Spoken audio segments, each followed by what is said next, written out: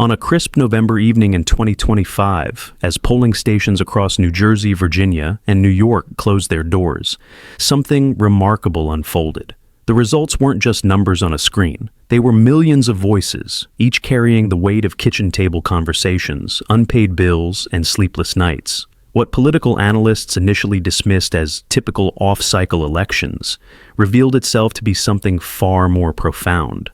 A referendum on the daily reality of American life. New Jersey Governor-elect Mikey Sherrill's decisive victory over Republican Jack Ciattarelli wasn't merely a political win. It was historic. For only the sixth time in 65 years, New Jersey voters chose to continue Democratic leadership at the gubernatorial level. But to understand why, we must look beyond party labels and into the lived experiences of ordinary Americans. Just 4 years earlier, in 2024, this same state told a different story.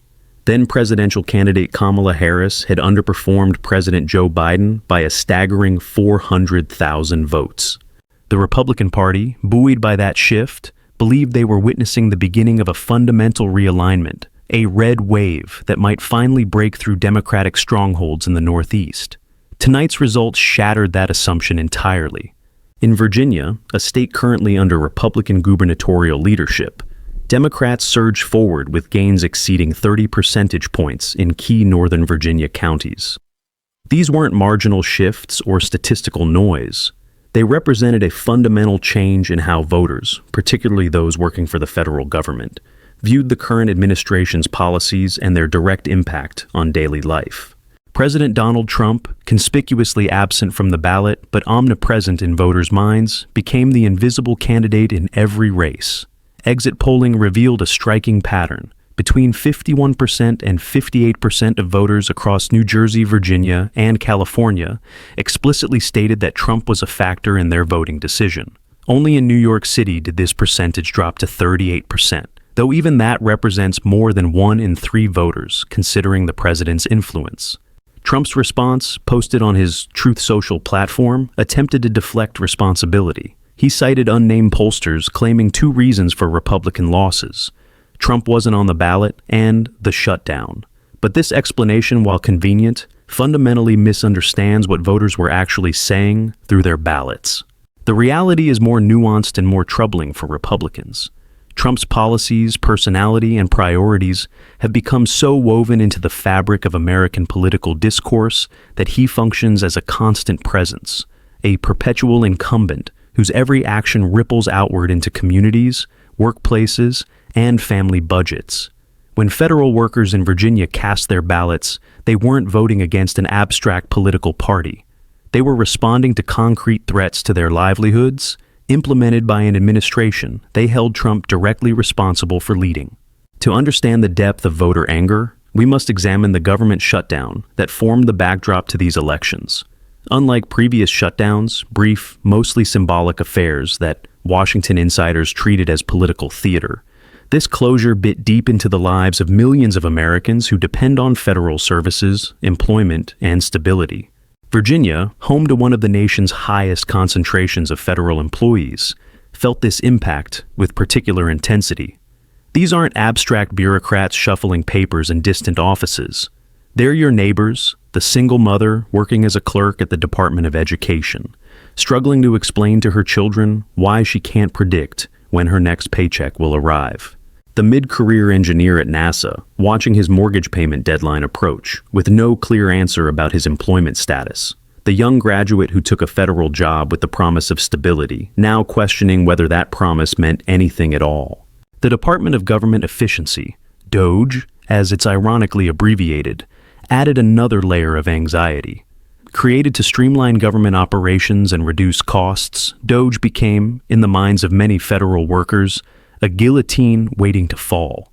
The uncertainty wasn't just about temporary furloughs, it was existential.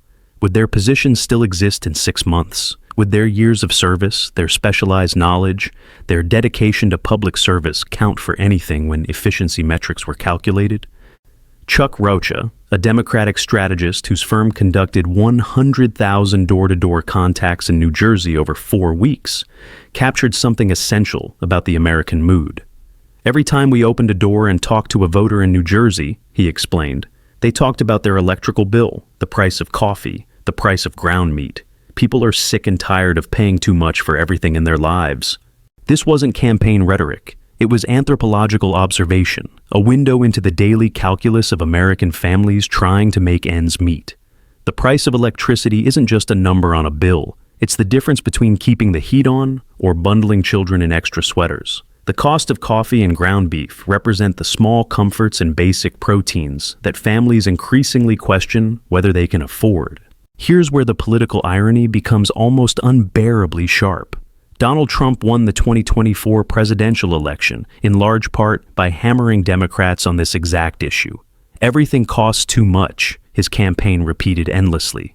I'll fix the economy. Voters believed him. They gave him power. And now, less than a year later, those same voters were using elections to express their disappointment and frustration that their economic reality hadn't improved, and in some cases, had worsened. The cruel mathematics of inflation don't care about political promises.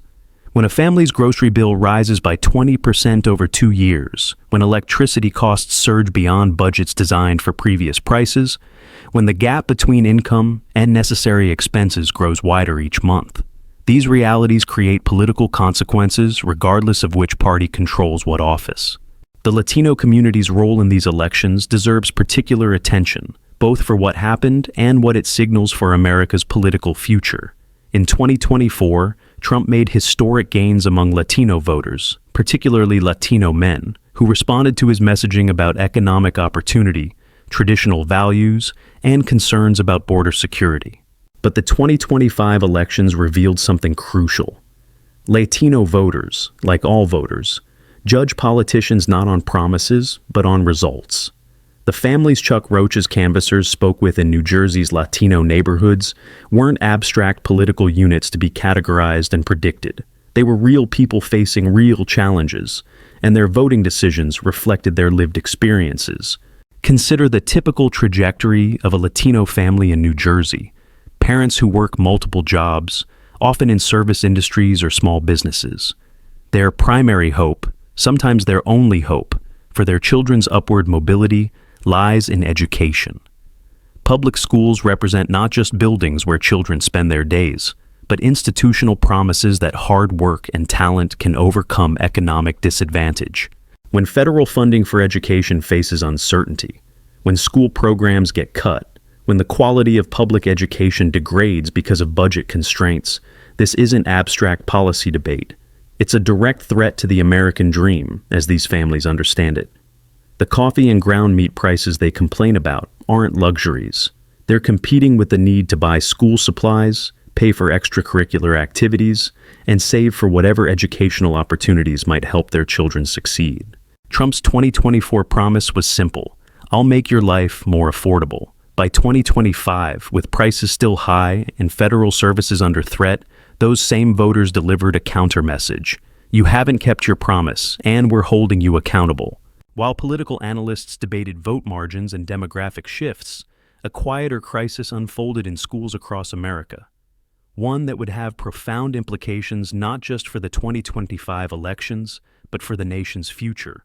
The government shutdown and broader policy uncertainty created ripples that reached directly into classrooms, affecting millions of children whose voices couldn't be heard at polling stations, but whose futures hung in the balance. Federal funding for education operates like the circulatory system of American public schools. Cut off that flow, and the effects cascade rapidly. Title I funding, which provides critical resources to schools serving low-income students, faced delays and uncertainty. Special education programs, already stretched thin in many districts, confronted the possibility of further reductions. Free and reduced-price lunch programs, for many children, the most reliable meals they receive each day, suddenly seemed less certain. Teachers across Virginia, New Jersey, and New York reported the same phenomenon. Students arriving at school with the psychological weight of their parents' anxieties. Children as young as 7 asking their teachers, "Is my school going to close?" Middle schoolers wondering if their after-school programs would survive. High school seniors, who should have been focused on college applications and final exams, instead worrying whether federal financial aid would materialize. In Northern Virginia, where federal workers constitute a significant portion of the population, the educational impact took on particular poignancy. These are communities built around government service, neighborhoods where parents often have advanced degrees, stable careers, and middle-class aspirations for their children. The shutdown didn't just threaten their employment, it undermined the entire social contract they believed they had entered. Consider the story that emerged from countless Virginia households. Parents who had specifically chosen federal service over potentially more lucrative private sector jobs because of the stability, the benefits, the predictability. They had planned their lives around that stability. They bought homes they could afford on federal salaries. They enrolled their children in schools. They made commitments to mortgages, to communities, to futures. When DOGE began its efficiency reviews and the shutdown created genuine uncertainty about employment, these parents faced impossible choices. Do you uproot your family now, seeking more secure employment elsewhere, disrupting your children's education and social networks? Do you stay in hope, knowing that hope isn't a financial strategy? Do you drain savings accounts that were supposed to fund college educations to cover current expenses? The stress manifested in classrooms in ways teachers immediately recognized.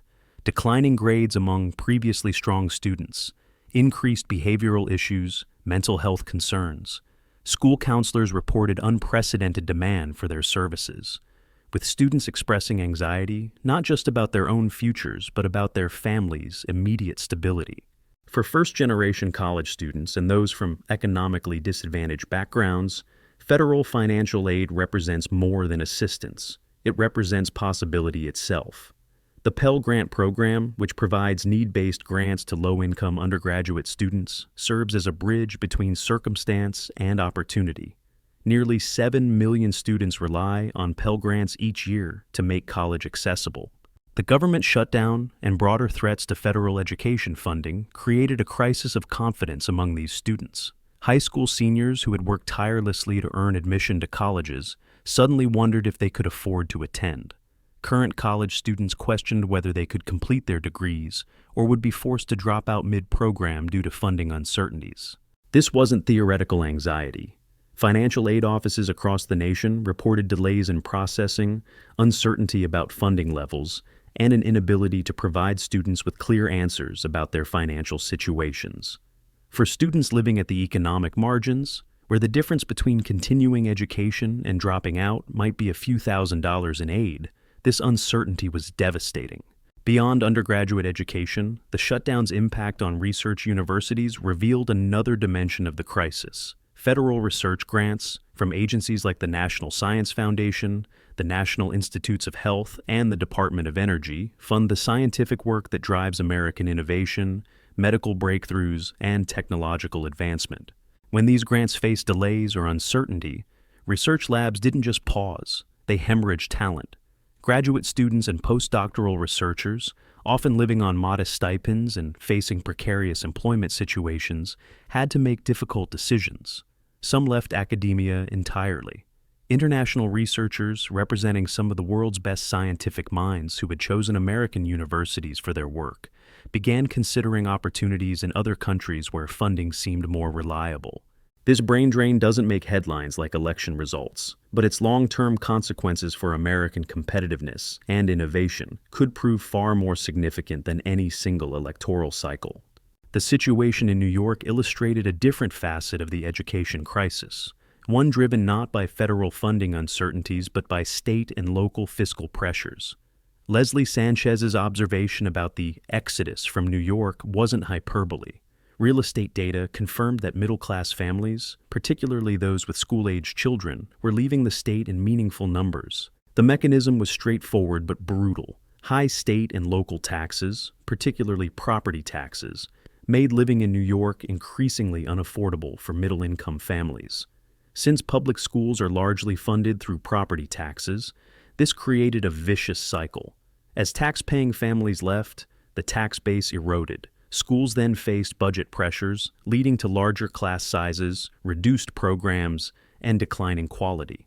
This degradation prompted even more families to leave, accelerating the spiral. For families who remained, often because they lacked the resources to relocate, the educational environment deteriorated steadily. art and music programs disappeared.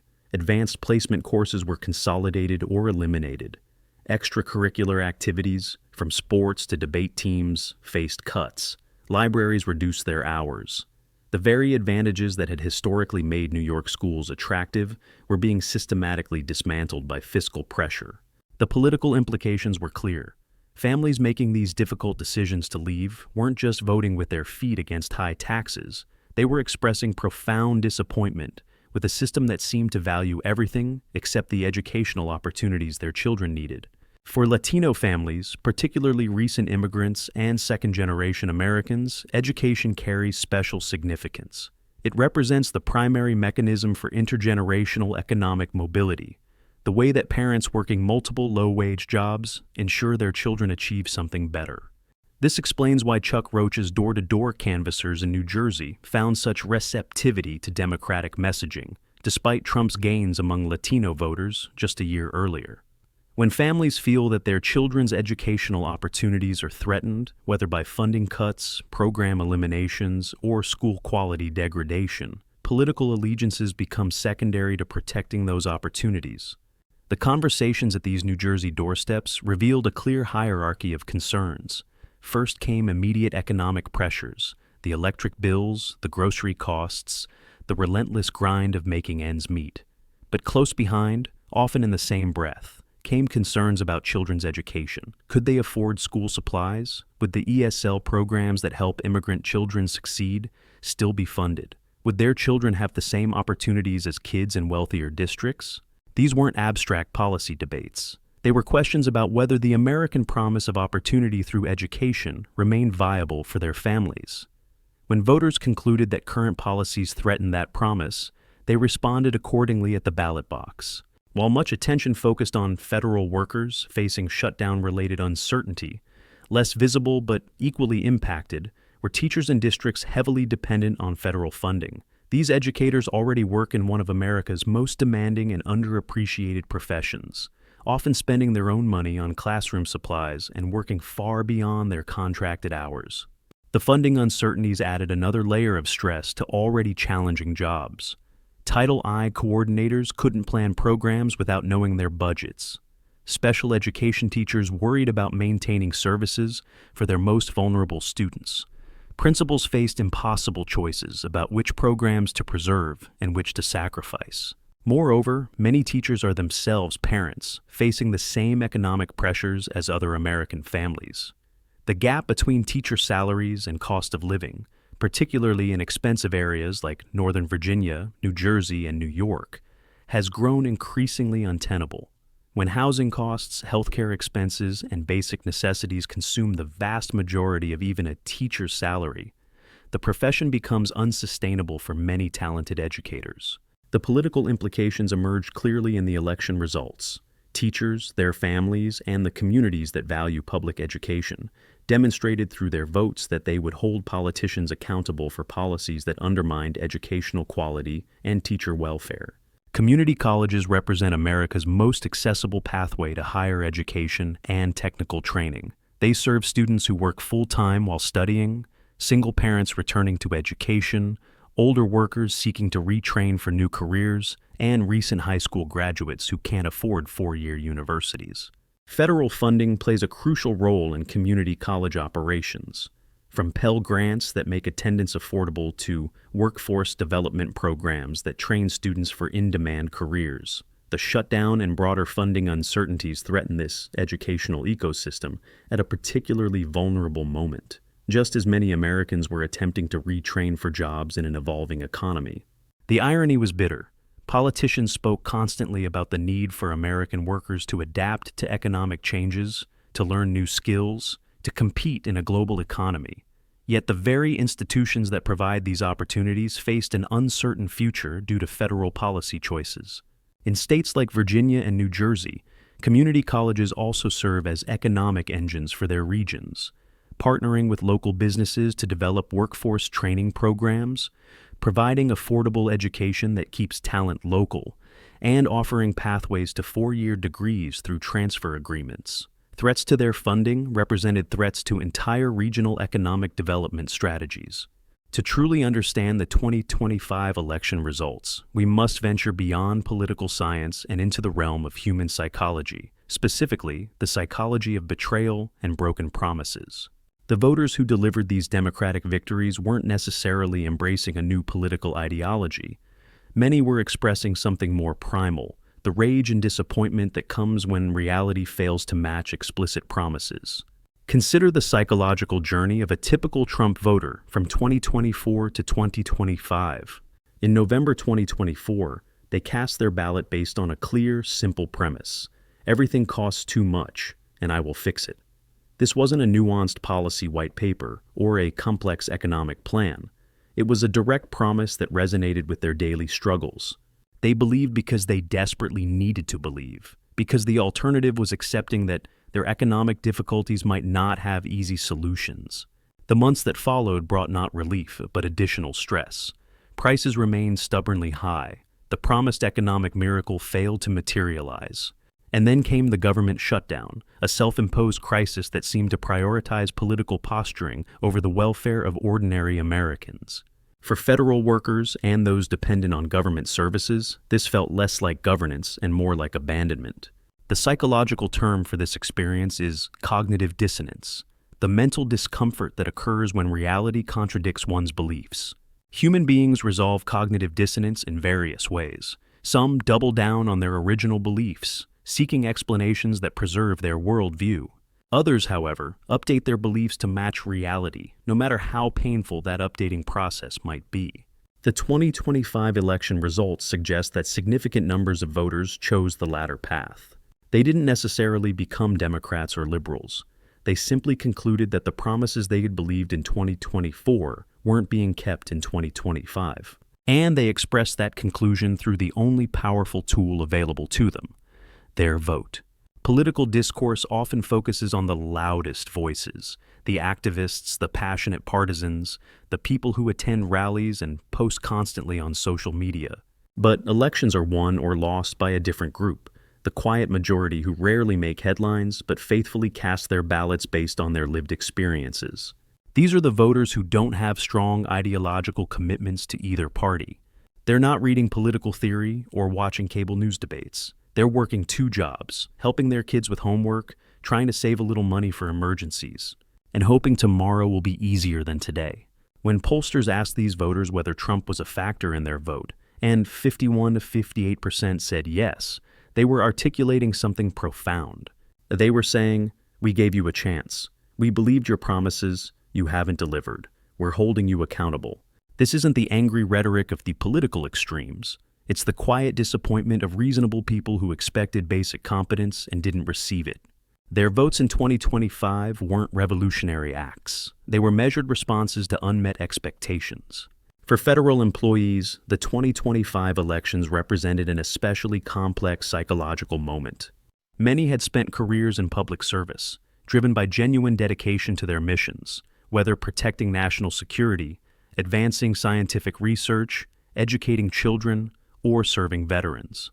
They had accepted lower salaries than they might earn in the private sector, believing the trade-off of stability and meaningful work was worth it. The shutdown and DOGE threatened not just their employment, but their identities. When your career has been built around public service, and that service is suddenly characterized as wasteful inefficiency, it's not merely a job at risk, it's a sense of purpose and self-worth. The psychological impact manifested in several ways. Anxiety and depression. Mental health professionals in the Washington, D.C. area reported significant increases in patients seeking help for anxiety and depression related to employment uncertainty. Sleep disturbances, loss of appetite, difficulty concentrating, the classic symptoms of acute stress, became widespread among federal workers. Relationship strain. Financial stress is one of the leading causes of marital discord. When couples face uncertain employment and income, when they must make difficult decisions about spending, when they worry about their children's futures, these pressures strain even strong relationships. Career reevaluation. Many federal workers, particularly younger ones early in their careers, began seriously reconsidering their professional paths. If federal employment no longer offered stability, what was its advantage over private sector work? This brain drain, talented, trained professionals leaving government service, will have long-term consequences for governmental effectiveness that extend far beyond any single administration. When these federal workers voted, in Virginia particularly, but across the nation, they were voting not just about politics, but about their right to dignity, stability, and recognition of their contributions to American society. For immigrant families, particularly in the Latino community, the 2025 elections represented a moment of political coming of age. These families, many of them relatively new to American political participation, were learning a fundamental lesson of democratic citizenship.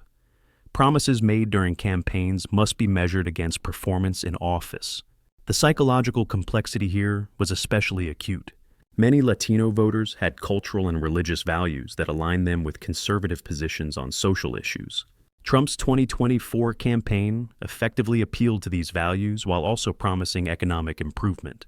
For many Latino families, voting Republican represented an aspirational choice, an identification with success, traditional values, and the American dream.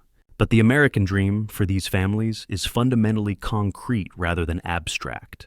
It means their children receiving quality education. It means being able to afford a home. It means economic security that allows them to plan for the future. When these concrete realities failed to materialize, when prices remained high, when educational funding faced threats, when economic anxiety persisted, the aspirational appeal of Republican politics collided with the practical necessities of daily life. The conversations Chuck Roach's canvassers had at those 100,000 New Jersey doors revealed this tension. Families weren't ideologically committed to either party. They were pragmatically committed to their own survival and their children's futures. Whichever party seemed more likely to deliver on those practical goals would earn their votes. This represents a maturation of Latino political engagement. Rather than being reliable votes for either party, Latino communities were demonstrating their willingness to swing based on performance, making them perhaps the most important swing demographic in American politics going forward. Chuck Rocha issued a crucial warning that both parties should heed. Celebrate tonight. It's a historic night, but tonight's not the same turnout you're going to see in 2026. This wasn't false modesty or excessive caution. It was hard-headed political realism. Off-year elections, particularly special elections and gubernatorial races in off-cycle years, typically attract lower and more partisan turnout than midterm elections. The 2026 midterms will see dramatically higher participation, with all 435 House seats and roughly one-third of Senate seats at stake. The electorate will be broader, more diverse, and potentially more volatile. Several scenarios could unfold.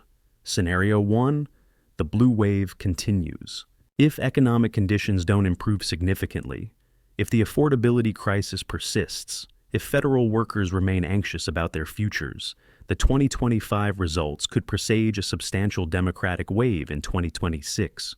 History suggests that midterm elections often punish the party in power, and if Republicans control both the presidency and Congress, they would face the full force of voter discontent.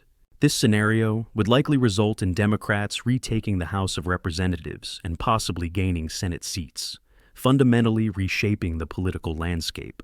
Scenario 2, the Republican recovery. Alternatively, Republicans could use the 2025 results as a wake-up call, adjusting their policies to address voter concerns. If they can demonstrate economic improvements, resolve the shutdown crisis, and provide reassurance to federal workers and educational institutions, they might stem or even reverse Democratic gains. This scenario would require significant policy flexibility and willingness to prioritize tangible results over ideological purity. A difficult transition for any political party, but not impossible. Scenario 3, the stalemate. A third possibility is that both parties misread the message voters are sending. Democrats might overinterpret the 2025 results as ideological endorsement rather than pragmatic rejection of current policies. Republicans might dismiss the losses as anomalous rather than symptomatic. In this scenario, neither party fully addresses the affordability crisis and educational concerns that drove the 2025 results, leading to continued voter frustration. This could potentially lead to the emergence of third-party or independent political movements. One uncomfortable reality that political analysis often avoids: some of the economic challenges facing American families may not have easy political solutions. Global inflation, supply chain disruptions, energy costs, housing shortages. These are complex problems without simple fixes, regardless of which party controls what office. This creates a dangerous dynamic. Voters expect politicians to solve their economic problems. Politicians promise to do so, often in unrealistic timeframes with implausible methods. When those promises inevitably fall short, voters punish the politicians, but the underlying problems remain, waiting to frustrate the next set of elected officials. Breaking this cycle requires something rare in modern politics: honesty about what government can and cannot accomplish. It requires politicians who are willing to set realistic expectations rather than making impossible promises. It requires voters who are willing to accept that some improvements will be gradual rather than immediate. The 2025 elections revealed that American voters are holding politicians accountable for economic outcomes. Whether any politician can actually deliver the improvements voters demand remains an open and troubling question. Educational improvement faces similar challenges. The benefits of educational investment are often realized over years or decades, while political cycles operate in 2, 4, and 6-year increments. A politician who invests heavily in education today may not see the economic and social benefits until long after they've left office, while their successors reap the rewards. This temporal mismatch between educational investment and political incentives helps explain why education often receives inadequate resources despite widespread agreement about its importance. Everyone supports education in principle. Fewer politicians are willing to fight for the sustained, expensive, long-term investments that actually improve educational outcomes. The 2025 elections suggest that voters, particularly parents and those in communities dependent on quality public education, are becoming less willing to accept this status quo. They're demanding not just promises about education, but concrete improvements: smaller class sizes, better paid teachers, modern facilities, robust programs. Whether politicians can meet these demands while also addressing immediate economic concerns, controlling spending, and satisfying other constituencies remains uncertain. But the electoral consequences of failure are now clearly established. Republican strategist Leslie Sanchez made an important point that Democrats would be wise to consider. New Jersey and Virginia are fundamentally Democratic-leaning states. Winning there, while significant, doesn't necessarily indicate that Democrats have solved their broader electoral challenges. This caution speaks to a recurring pattern in American politics: the tendency for the party that wins elections to interpret those victories as mandates for sweeping change, only to face voter backlash when they overreach. Republicans made this mistake after 2016. Democrats risked the same after their 2020 victories. The cycle seems poised to repeat. The healthiest interpretation of the 2025 results isn't that voters have embraced either party's full agenda. It's that they've rejected specific failures and are demanding specific improvements. The party that recognizes this, that governs pragmatically rather than ideologically, that prioritizes tangible improvements in people's lives over political theater, will likely prosper. The party that treats electoral victory as license for overreach will likely face the same voter rejection they just inflicted on their opponents. Ultimately, the 2025 elections aren't really about politics at all. They're about Maria, the single mother in Newark working 2 jobs and wondering if she can afford to keep her children in good schools. They're about James, the federal worker in Alexandria whose ulcer has flared up from stress about potential layoffs. They're about the Nguyen family in San Jose, recent immigrants who believed in the American dream and are discovering it's harder to reach than they imagined. These individual stories, multiplied millions of times across the nation, constitute the true meaning of electoral results. When we say Democrats won New Jersey by a large margin, we're really saying enough New Jersey residents concluded that their lives might improve under Democratic leadership that they chose to vote accordingly. The reduction of human hopes, fears, struggles, and aspirations to vote totals and percentage points is both necessary for political analysis and dangerously dehumanizing. We must remember that behind every ballot cast is a person making a judgment about how political decisions affect their real life, their ability to feed their family, educate their children, maintain their dignity, and pursue their dreams. The 2025 elections captured America at a moment of profound uncertainty. The economic promise of 2024 had failed to materialize. The political establishment, both Republican and Democratic, faced skepticism from citizens who had heard too many promises and seen too few results. Educational institutions, critical to long-term prosperity, operated under persistent threat. Federal workers, essential to governmental function, faced existential anxiety about their futures. Yet beneath this anxiety lies something potentially constructive. Voters are engaged, paying attention, and holding politicians accountable. They're not accepting glib promises or partisan rhetoric. They're measuring performance against results. This is how democracy is supposed to work, imperfectly, messily, but genuinely. The question facing America isn't whether Democrats or Republicans will win the next election. It's whether either party can deliver the tangible improvements in daily life that voters are demanding. Can politicians make life more affordable? Can they protect and improve educational opportunities? Can they provide economic security while also promoting growth? Can they govern competently rather than merely campaigning effectively? The 2025 elections revealed that American voters are asking these questions with renewed urgency. The 2026 midterms will reveal whether anyone in power has satisfactory answers. The future of American democracy may well depend on the answer to that question.